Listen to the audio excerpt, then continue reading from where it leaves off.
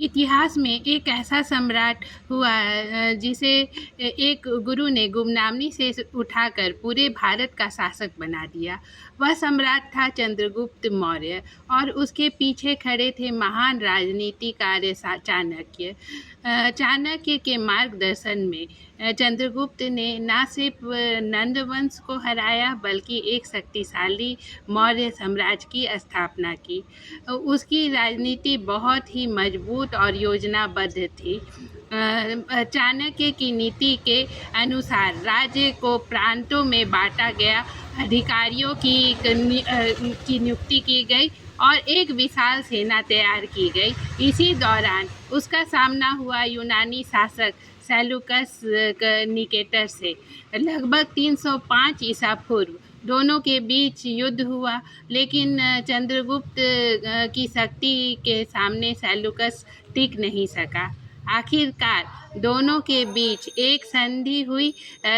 इस संधि में सेल्यूकस ने कई प्रदेश चंद्रगुप्त को दे दिया और अपनी बेटी हेलेना का विवाह चंद्रगुप्त से कराया। इसके बदले में चंद्रगुप्त ने 500 युद्ध हाथी सेल्यूकस को दिए। इस संधि के बाद मौर्य साम्राज्य और भी मजबूत हो गया। यूनान और भारत के बीच संबंध बढ़े और सेल्यूकस ने अपना दूत मेगस्थानीस चंद्रगुप्त के दरबार में भेजा।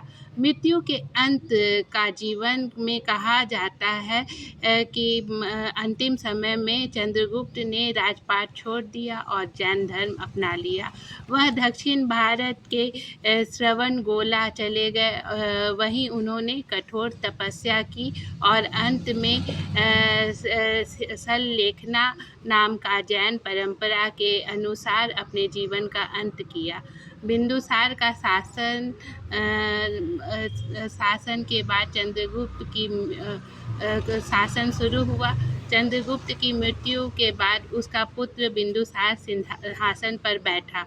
बिंदुसार ने अपने पिता के विशाल साम्राज्य को संभाला और मजबूत बनाया। उसके शासन में मौर्य साम्राज्य दक्षिण भारत तक फैल गया और राज्य की स्थिरता बनी रही। इस तरह से एक गुरु की राजनीति और सम्राट की शक्ति और एक उत्तराधिकारी की जिम्मेदारी ने मिलकर मौर्य साम्राज्य को इतिहास का महान साम्राज्य बनाया।